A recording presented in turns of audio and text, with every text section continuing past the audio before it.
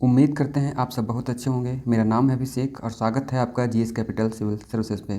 दोस्तों, बहुत दिनों के बाद आज आपके समक्ष आए हैं। कुछ प्रॉब्लम थी इसलिए नहीं आ पाए। अभी क्या है कि आरओ और एआरओ और उसके साथ में पीसीएस लगभग दोनों परीक्षाएं निश्चित हो चुकी हैं। इनकी डेट भी लगभग तय ही समझिए। आरओ की 5 फरवरी है और पीसीएस की 17 मार्च है। ठीक है, तो इन दोनों पे फोकस करना है और अब हम आपके साथ जो ऐसे ही बने रहेंगे। रोज़ तो नहीं, लेकिन हम 2-3 दिन पे एक वीडियो जरूर ले आया करेंगे।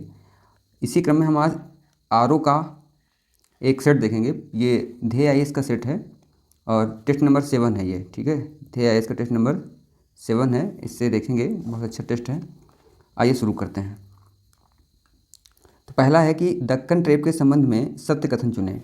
ठीक है, अब क्या है, इसमें 2 कथन हैं। इसका निर्माण कार्बोनिफेरस काल में प्रारंभिक चरण में हुआ। दूसरा है, यह दरारी उद्भेदन का परिणाम था। अब देखिए, कार्बोनिफेरस यहाँ पे दिया हुआ है, इसी चीज़ को हमको पकड़ना है। तो कार्बोनिफेरस में नहीं हुआ, कब हुआ था? क्रिटेशियस में हुआ था। कब हुआ? क्रिटेशियस काल में। ठीक है, तो ये क्रिटेशियस काल में हुआ था। और जो इसके भी प्रारंभिक नहीं, कब? अंतिम चरण में। क्रिटेशियस के अंतिम चरण में ये हुआ था। ठीक है, अब ये सही है। दूसरा सही है, दरारी उद्भेदन के कारण ही होता है। ठीक, इसमें क्या होता था कि यहाँ बेसाल्ट के अपघटन से काली मृदा का निर्माण भी हुआ। ठीक है, तो यहाँ पे क्या हो जाएगा? दूसरा हमारा सही हो जाएगा। यहाँ पे ध्यान रखना, क्रिटेशियस काल में हुआ था और इसके अंतिम चरण में हुआ। तो यहाँ पे हमारा आंसर कौन सा हो जाएगा? बी हो जाएगा। केवल 2 सही है। ठीक है, आइए दूसरा क्वेश्चन देख लेते हैं।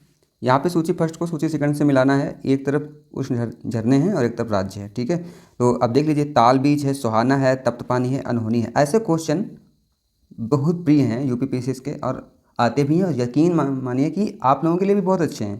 ठीक है, जो ऐसे क्वेश्चन में कन्फ्यूजन कम होता है यदि आपने थोड़ा भी पढ़ा है। ठीक है, अब इसमें देखिए, ठीक है, आपको 2 बातें याद करना है। ठीक है, तप्त पानी जो है ये कई बार पूछा गया है, बहुत बार पूछा गया है तप्त पानी। ठीक है, ताता पानी भी कह देते हैं इसको। ठीक है, ताता पानी भी कह देते हैं। तो ये कहाँ है? ये उड़ीसा में है। ठीक है, ताता पानी कहाँ है? उड़ीसा में है। ठीक है, ये चीज़ ध्यान रखना। दूसरा सोहना, ठीक है, सोहना हरियाणा में है। ठीक है, सोहना कहाँ है? हरियाणा में है। अब बचा अनहोनी, तो अनहोनी मध्य प्रदेश में है। और तालबीज, तालबीज राजस्थान है। तालबीज शायद आपको नया सुनने में हो, तो ध्यान रखना, तालबीज कहाँ है? राजस्थान में है। अनहोनी मध्य प्रदेश में है। ताता पानी रट लो, बिल्कुल, क्या रट लोगे? ताता पानी उड़ीसा में है। ठीक है, और तो यहाँ पे ताता पानी, और एक आपको ये करना है सोहाना। ठीक है, सोहाना, तो सोहाना कहाँ है? ये हरियाणा में है। और ताता पानी कहाँ है? ये ओडिशा में है। ठीक है, तो ये आपको ध्यान में रखने हैं। तो इसमें अगर हम देखेंगे, अभी देख लो, अगर आपको सोहाना पता था ना, सोहाना कहाँ है? राजस्थान में है, तो बी का 4 देखिए, नहीं सॉरी, सोहाना कहाँ है? हरियाणा बताया ना, हरियाणा में। हाँ, तो बी का 3 देखिए, बी का 3, तो ये वाला तो 2 कैंसिल हो गए ना। ठीक, बी का 3 हम सिर्फ देखना है। अभी दूसरा हमको पता है, जैसे ताता पानी कहाँ है? जो उड़ीसा में है, तो सी का 1, सी का 1 किस में है? इसी में है ना, तो ये वाला भी कैंसिल हो गया, तो हमारा डी आंसर सही हो गया। ठीक है, आगे बढ़ते हैं। अगला क्वेश्चन है कि निम्नलिखित में से कौन एक भारत में तांबा खनिज का क्षेत्र नहीं है? तो इसमें दिया है मलाजखंड, मौसावानी, नोआमुंडी, खोदरीबा। ठीक है, ये कहीं कहीं पे होदरीबा भी लिखा होता है। तो हमको सबको पता है कि नोआमुंडी हमने बहुत बार पढ़ा है। कहाँ है ये नोआमुंडी? तो ये कहाँ है? झारखंड में है। पहली बात तो यही ध्यान रखना है। ठीक है, ये झारखंड में है। और ये काहे का है? ये लौह अयस्क का है। ठीक है, ये लौह अयस्क का है। ठीक, बाकी ये भी तांबा का है। ये अच्छा है कहाँ? एक सेकेंड, मलाजखंड कहाँ है? तो ये बालाघाट कहाँ है? बालाघाट, बालाघाट कहाँ है? मध्य प्रदेश में है। ठीक, और मौसावानी कहाँ है? ये सिंहभूमि में है। ठीक है, सिंहभूमि, सिंहभूमि कहाँ है? झारखंड में है। ठीक है, और खोदरीबा कहाँ है? ये अलवर में है। और अलवर कहाँ है? अलवर राजस्थान में है। ठीक है, तो ये आपको ध्यान रखना। ये क्या है? ये मुसबानी और मलाजखंड और खोदरीबा, ये पूर्णतः क्या है? तांबा खनिज, सॉरी, तांबा खनिज के क्षेत्र हैं। और कौन सा नहीं है? नोआमुंडी, नोआमुंडी में क्या है? लौह अयस्क की बात करता है। ठीक, समझ में आ गया। आगे बढ़ते हैं। जलोढ़ मृदा के संबंध में निम्नलिखित कथनों में कौन सा असत्य है? अब क्वेश्चन करते समय हमें असत्य या सत्य, ये चीज़ पहले हाईलाइट कर लेनी चाहिए। ठीक है, तो पहला कथन है, यह भारत के, देखिए, जलोढ़ मृदा की बात कर रहा है। बहुत ध्यान से पढ़ना क्वेश्चन, ये बहुत मतलब ये तो कुछ टॉपिक होते हैं बहुत मोस्ट होते हैं, उनमें एक मृदा टॉपिक जो है ये भी मोस्ट है। समीक्षा में बहुत बार क्वेश्चन पूछे गए हैं। भारत के सर्वाधिक क्षेत्रफल पर पाई जाती है। तो मान के चलिए लगभग 43.4% क्षेत्र में पाई जाती है, इससे ज़्यादा कोई नहीं पाई जाती, तो ये बिल्कुल सही हो जाता है। ठीक है, इसमें जैव पदार्थ नहीं पाए जाते। अब नहीं अलग अलग तरह के, तो जैव पदार्थ तो इसमें पाए जाते हैं। ठीक है, क्योंकि जो इसमें क्या होता है, देखिए इसमें पोटास, ठीक है, इसमें पोटास और क्या होता है, चूना, एसिड, ध्यान रखना ये सब पूछते हैं, और जैव पदार्थ, ठीक है, इनकी प्रचुरता पाई जाती है। ठीक है, तो हमारा ये वाला गलत हो जाएगा। तो ये कौन सा जो असत्य है, यही ठीक, यही मिल जाएगा, ये वाला असत्य हो जाएगा। फिर क्या है, फलीदार फसलों की खेती से इसमें नाइट्रोजन का स्थिरीकरण संभव है, बिल्कुल। ठीक है, फलीदार जो होती हैं उनमें फलीदार जो फसलें होती हैं जिनसे ठीक नाइट्रोजन का स्थिरीकरण भी संभव होता है। ठीक है, ये मिट्टियाँ सिंचाई हो तो सर्वोपयुक्त हैं, बिल्कुल। ठीक है, इनमें सिंचाई कर दो तो क्या होता है कि जल धारण क्षमता इनकी ठीक ठाक होती है। ठीक, इसमें एक दो और फूक तो यही जो होती है, जलोढ़ को ही दो भागों में बांटते हैं। कौन सी, एक बांगर और एक खादर। तो जो नई जलोढ़ होती है उसे कहते हैं खादर, और पुरानी जलोढ़ को कहते हैं बांगर। ठीक है, तो इसको ध्यान रखना। एक चीज़ है उसमें और कि इसमें हाइड्रोजन और ह्यूमस की कमी देखी जाती है। ठीक है, ये बहुत जैव पदार्थ और ह्यूमस वाली बात बहुत कंफ्यूज करेगी। ठीक है, तो इसमें क्या, इसमें ह्यूमस की कमी होती है। ठीक है, ह्यूमस की कमी होती है, इसको ध्यान रखना, ह्यूमस की कमी होती है। आगे बढ़ते हैं। निम्नलिखित में से कौन सा एक युग्म सही सुमेलित नहीं है। ठीक है, इसमें वृक्ष हैं और आपको देखना है कि कौन से वन हैं इनमें हो पाए जाते हैं। तो क्या मानसूनी में साल पाया जाता है, तो जी बिल्कुल पाया जाता है। ठीक है, मानसूनी में साल वृक्ष पाया जाता है। अच्छा, ये भी पता होगा कि मानसूनी कौन होते हैं, जहाँ पे 100 से 200 सेंटीमीटर बारिश होती है। ठीक है, उन भागों में पाया जाता है। फिर सदाबहार में क्या आबनूस होता है, जी बिल्कुल होता है। यहाँ क्या होता है, 200 सेंटीमीटर बारिश होती है, इसको ध्यान रखना। आबनूस के साथ साथ यहाँ पे क्या होता है, ताड़, महोगनी, ठीक है, ये सब पेड़ कहाँ होते हैं, पौधे, सॉरी पेड़ कहाँ होते हैं, ये यही होते हैं। अच्छा, अब क्या है, अल्पाइन नागफनी है, तो ये जी बिल्कुल गलत है, नागफनी नहीं है अल्पाइन। ठीक है, देखो अल्पाइन क्या होता है, ये पर्वतीय क्षेत्र में पाए जाते हैं। कहाँ पाए जाते हैं, पर्वतीय क्षेत्रों में। पर्वतीय क्षेत्रों में जो होते हैं जो वनस्पति, उन्हें हम अल्पाइन कहते हैं। ठीक है, तो इसमें अल्पाइन में क्या होता है, याद आ जाए शायद, देखो अल्पाइन के जो अभी पौधे, तो मैंने पेड़ नहीं समझ पा रहा हूँ, ठीक छोड़िए। मैग्रो दलदली क्षेत्रों में होती है, और जो वहाँ पे सुंदरी होता है। ठीक है, अल्पाइन में देखो कहता है बर्च होता है। ठीक, याद आ गया, बर्च होता है। ठीक है, और पाइन होता है, पाइन। ठीक है, ये सब अल्पाइन क्षेत्रों में पाए जाते हैं। तो आगे बढ़ते हैं। ठीक है, तो समझ में आ गया, जो अल्पाइन होता है, अल्पाइन जो अक्सर क्या होता है कि लगभग 2800 से और 4000 मीटर की ऊंचाई पे पाए जाते हैं। तो यहाँ पे कौन सा, बर्च पेड़ हो जाता है, पाइन हो जाता है, और जूनिपर, एक पेड़ इसका होता है जूनिपर, ये होता है। ठीक है, और रही बात नागफनी की, तो नागफनी एक शुष्क क्षेत्रों में पाया जाता है, जहाँ 50 सेंटीमीटर से भी कम बारिश होती है। ठीक है, तो राजस्थान वाले कुछ क्षेत्रों में ये पाया जाएगा नागफनी। ठीक, आगे बढ़ते हैं, अगला प्रश्न देखते हैं। पर्वतीय ढालों पर मृदा अपरदन को किस प्रकार नियंत्रित करते हैं। ठीक है, किया जा सकता है। तो इसमें क्या आता है, हवा नहीं, ये समोच्च रेखी जुताई से। ठीक है, समोच्च रेखी जुताई से, जिसको कहते हैं सीढ़ी नुमा खेत। ठीक है, सीढ़ी नुमा खेत से यहाँ पे ये चीज़ होती है। आगे बढ़ते हैं, अगला क्वेश्चन देखते हैं। एक नई जाति की उत्पत्ति अचानक एक ही बार में होने वाली स्पष्ट तथा स्थायी बड़ी विभिन्नताओं के कारण होती है। इसको पढ़ लेना दोबारा से एक बार। यह सिद्धांत क्या कहलाता है। ठीक है, तो ये सिद्धांत कहलाता है उत्परिवर्तनवाद का सिद्धांत। ठीक है, उत्परिवर्तन किसने दिया था इसे, तो इसे दिया था हुइग्रो डी वीज ने। डिवायस का लिखा होता है कहीं पे, हुइग्रो डी वीज, इसको हम पढ़ते हैं। ये कहाँ के थे, तो ये हॉलैंड के थे। ठीक है, ये हॉलैंड के थे, समझ में आई बात। ये दिया था उत्परिवर्तनवाद का सिद्धांत। आगे बढ़ जाते हैं, क्वेश्चन नंबर 8 देख लेते हैं कि निम्नलिखित कथनों में से कौन असत्य है। उसको ध्यान रखना, असत्य की बात कह रहा है। लिखा है सभी स्तनधारी असमतापी होते हैं। देखो पहले असमतापी समतापी की बात कर लेते हैं। देखो समतापी कौन होता है, समझिए। ठीक है, समतापी का मतलब होता है गर्म रुधिर वाले जंतु। कौन, देखो वीडियो बड़ी हो जाए इसकी चिंता मत करना। गर्म रुधिर वाले जंतु, गर्म रुधिर वाले जंतु, ध्यान रखना। समतापी, अब देखो नाम से ही समतापी, गर्म रुधिर जो इनका जो होता है, जिनके शरीर का ताप वातावरण के ताप से प्रभावित ना होकर सदैव एक जैसा रहता है। ठीक है, जैसे हम लोग हैं, देखिए भाई, जाड़ों में आपकी फीवर आए फिर भी वही मानक है, गर्मियों में आए फिर भी वही जो मानक है। तो हम क्या होता है, तो समतापी का मतलब यह है कि बाहर के वातावरण से प्रभावित नहीं होता है, उनका एक जैसा रहता है। और जो इसके अंतर्गत क्या आते हैं, समतापी में आते हैं पक्षी और स्तनधारी। ठीक है, ये चीज़ हो गई, ध्यान रखना, पक्षी और स्तनधारी आते हैं समतापी में। अच्छा, अब बात कर लेते हैं असमतापी के। तो ये ठंडे रुधिर वाले जंतु होते हैं। समतापी जो गर्म हो गया, असमतापी क्या होते हैं, ठंडे रुधिर वाले। ठीक है, ठंडे रुधिर वाले जंतु होते हैं जिनके शरीर का तापमान वातावरण के ताप के जो अनुसार घटता बढ़ता रहता है। ठीक है, जब जैसे क्या हो गया, जैसे ठंडा तापमान है ना, तो उनका ठंडा हो गया, थोड़ा सा गर्म हुआ तो उनका वैसे ही तो गर्म हो गया। तो इसके अंतर्गत क्या होता है, मत्स्य यानी कि मछलियाँ, मत्स्य आता है। उभयचर जितने होते हैं लगभग सभी नहीं उभयचर होते हैं। सरीसृप, ठीक है, सरीसृप, ठीक, ये इसमें आते हैं, किसमें, असमतापी में। अब लिखा है कि सभी स्तनधारी असमतापी होते हैं, तो ये बिल्कुल गलत हो गया, ठीक ना। फिर लिखा है चमगादड़ एक स्तनधारी प्राणी है न कि पक्षी, तो हाँ बिल्कुल सही है, चमगादड़ को पक्षी नहीं मानते हैं, ठीक है, जंतु माना जाता है। तो केवल 2 यहाँ पे सही हो जाएगा। ये चीज़ ध्यान रखना, समतापी और असमतापी, थोड़ा सा कॉन्सेप्ट समझ लोगे तो कन्फ्यूजन नहीं होता है एग्जाम में। ठीक है, समतापी मतलब गर्म रुधिर वाले, जिनका टेम्परेचर जो बाहर होता है उससे कोई मतलब नहीं होता है, उनका एक समान टेम्परेचर रहता है।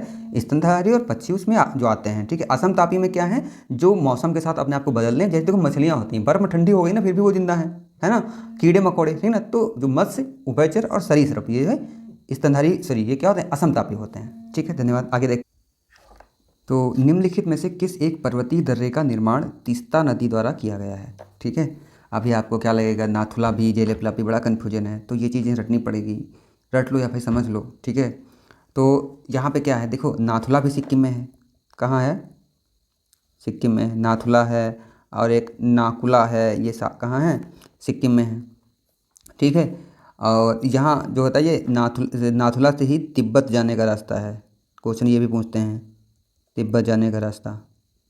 ठीक, अब जेलेपला की तरफ आते हैं, ये भी सिक्किम में है। कहाँ है, तो सिक्किम में है। और यहाँ से भूटान जाने का रास्ता है, भूटान जाने का रास्ता है। ठीक, भूटान जाने का रास्ता है। ठीक, अब बात करते हैं बारालाचा की। तो बारालाचा कहाँ है, ये हिमाचल प्रदेश में है। ठीक, और ये मंडी और लेह को आपस में जोड़ता है। बची बात बनिहाल, सबको पता है कहाँ है, जम्मू कश्मीर में है। तो कह रहा है तीस्ता नदी का निर्माण, तो तीस्ता नदी का निर्माण जेलेपला से होता है। ठीक, समझ में आई बात। आगे बढ़ जाते हैं, निम्नलिखित में से कौन सा गर्त प्रशांत महासागर में स्थित नहीं है। ठीक है, तो कौन सा नहीं है, सबको पता है, अटाकामा है, एलुसियन है, मैरियाना है, पोर्टो रिको नहीं है। तो पोर्टो रिको कहाँ है, ये उत्तरी अटलांटिक में है। ठीक है, उत्तरी अटलांटिक में है। ठीक, आगे बढ़ते हैं, अब देख लेते हैं 11 नंबर क्वेश्चन। और 11 नंबर क्वेश्चन है कि सूची 1 को सूची 2 से मिलाना है। तो यहाँ पे क्या है, बंदरगाह हैं और उनकी प्रकृति को कैसे हैं। तो विशाखापत्तनम क्या एक प्राकृतिक बंदरगाह है, तो बिल्कुल सही है, विशाखापत्तनम क्या है, एक प्राकृतिक बंदरगाह है। ठीक है, और पारादीप लगून बंदरगाह, जी बिल्कुल। हल्दिया नदमुख, ठीक है। कांडला ज्वारी, बिल्कुल सही है। तो यहाँ पे कौन हो जाएगा, 1 2 3 4। विशाखापत्तनम कहाँ है, तो आंध्र प्रदेश में है। ठीक है, आंध्रा में है। पारादीप कहाँ है, तो उड़ीसा में है। हल्दिया कहाँ है, तो पश्चिम बंगाल में है। कांडला कहाँ है, तो गुजरात में है। ठीक है, ये ध्यान रखना। आगे कथन दिए गए हैं जिनमें से एक को अभिकथन और दूसरे को कारण कहा गया है। ये देखते हैं, समुद्र के किनारे के भागों पर दैनिक तापांतर कम होता है। समुद्र के किनारे के भागों पर दैनिक तापांतर कम होता है, तो बिल्कुल सही बात है। समुद्री के जो किनारे होते हैं वहाँ पे दैनिक तापांतर, देखो तापांतर पहले समझ लो क्या होता है कि एक वर्ष या दिवस के अधिकतम और न्यूनतम ताप के अंतर को क्या कहते हैं, सॉरी मैं कुछ और कह गया।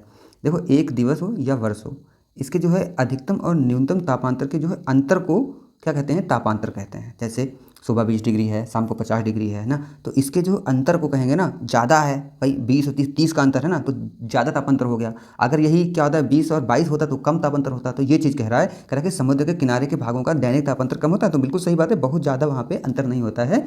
ठीक है, दैनिक तापांतर में, तो बात यहाँ पर बिल्कुल सही है। नीचे दिया गया है कि भूमध्य रेखी, देखो एक चीज़ ध्यान रखना, भूमध्य रेखी कहीं लिखा होता है उसको हम लोग जल्दी भूमध्य सागरी पढ़ लेते हैं।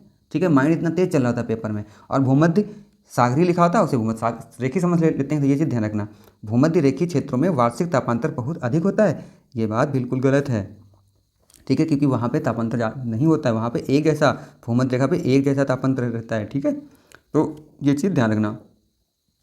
तो यहाँ पे कौन सा सही हो जाएगा, ए तथा दोनों सही है, नहीं नहीं ए सही किंतु आर गलत है, ठीक है, ये वाला सही हो जाएगा।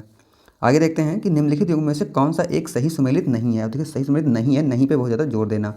तो यहाँ पे क्या है कि हॉर्टिकल्चर व्यापारिक स्तर पर उन्नत प्रजाति के घोड़ों का पालन, बिल्कुल सही बात है। मोरिकल्चर रेशम कीट हेतु शहतूत की कृषि, बिल्कुल सही बात है, ठीक है। एरोपोनिक पौधों की केवल जल में नहीं, जल नहीं, एरोपोनिक का मतलब होता है कि वायु में यानी कि हवा में उगाना, ठीक है। और जल में कहते हैं, उसे कहते हैं हाइड्रोपोनिक, ठीक है, उसे क्या कहते हैं, हाइड्रोपोनिक। एक और इसका नाम होता है हाइड्रोपोनिक के अलावा उसका, हाइड्रोपोनिक के अलावा भी इसका एक नाम होता है, मुझे याद नहीं आ रहा है, हाइड्रोफाइटोलॉजी, हाँ इसका होता है हाइड्रोफाइटोलॉजी, ये भी ध्यान रखना, हाइड्रोफाइटोलॉजी, ठीक है, फाइटोलॉजी, ठीक है। अब देखिए यहाँ पे एक चीज़ समझ में आ रहा, देखो लॉजी जहाँ पे आ जाए ना वहाँ पे अध्ययन, अगर कहा जाए जल वाले पौधों का अध्ययन तो यहाँ पे ये हो जाएगा लॉजी, ठीक है। और पौनिक का मतलब फसल होता है, यानी कि जो उगाना होता है।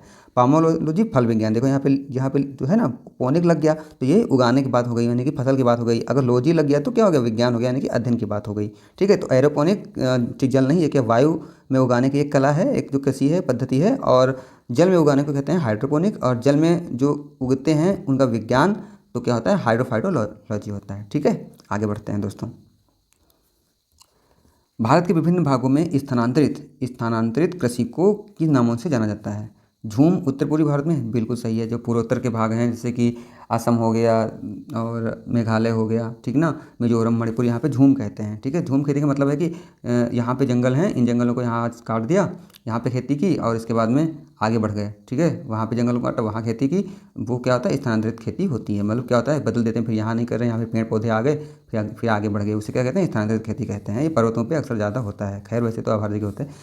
दीपा झारखंड में, तो दीपा झारखंड में नहीं है, ठीक है। दीपा कहाँ है, दीपा है छत्तीसगढ़ में, ठीक है। ये सब रटने वाली बातें हैं, इनको कोई समझ के आप नहीं समझ सकते हैं, रट लीजिए इनको, दीपा। या आप ये कोई जो है क्या कोई लिंक लगा सकते हैं तो उसे रट लीजिए। पोंडू आंध्र प्रदेश में, जी बिल्कुल सही। बता कुछ देखो, पोंडू नाम ना आंध्रा वाला ठीक लग रहा है, वो आप से रट लो। धावी या डावी इसे कहते हैं कभी कभी, डावी, डावी कहाँ है, पामा डाबी से बोलते हैं, पामा डाबी, ये क्या होता है, ओडिशा में होता है। तो दीपा है जो झारखंड में नहीं है, या ये कहाँ पे है, छत्तीसगढ़ में है। आगे बढ़ जाते हैं। इनमें से कौन सी फसल शुष्क कृषि पद्धति के लिए उपयुक्त नहीं है। तो सबको पता है चावल के लिए शुष्क पद्धति की जरूरत नहीं होती है, क्योंकि जो चावल है, चावल को अत्यधिक पानी की आवश्यकता होती है, ठीक है। और शुष्क कृषि क्षेत्र के लिए उपयुक्त नहीं है, ठीक है, क्योंकि 110 सेंटीमीटर से कम वर्षा वाले क्षेत्रों में की जाने वाली कृषि को शुष्क कृषि कहते हैं। और चावल के लिए जो कितना चाहिए पानी, वो इससे ज़्यादा चाहिए, लगभग मतलब 110 से तो ज़्यादा चाहिए ही चाहिए, ठीक है।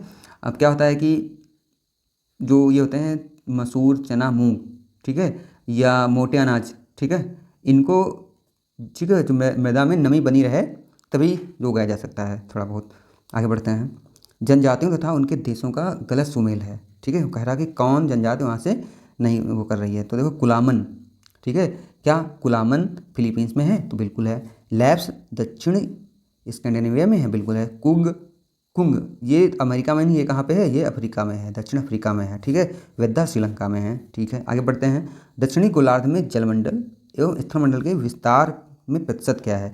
ये कह रहा है कि दक्षिणी जो गोलार्ध है, ठीक है, इसमें कितना जल है, कितना पानी है, ठीक है। तो जल 81% है और पानी, सॉरी मतलब जल 81% है और जो स्थल 19% है, ये बिल्कुल सही है। अच्छा, यहाँ पे बात हम अगर उत्तर भारत की कर लें तो क्या होता है, उत्तर में यही 60-40 का अनुपात है, 60 में जल है और 40 में स्थल है, ठीक है। तो उत्तर भारत में स्थल ज़्यादा है अपेक्षाकृत दक्षिण भारत, सॉरी दक्षिणी गोलार्ध के। मैं भारत का जो अगर कह रहा हूँ तो वो गलत है, गोलार्ध की बात कर रहा हूँ, पूरी दुनिया की बात कर रहा हूँ, ठीक है।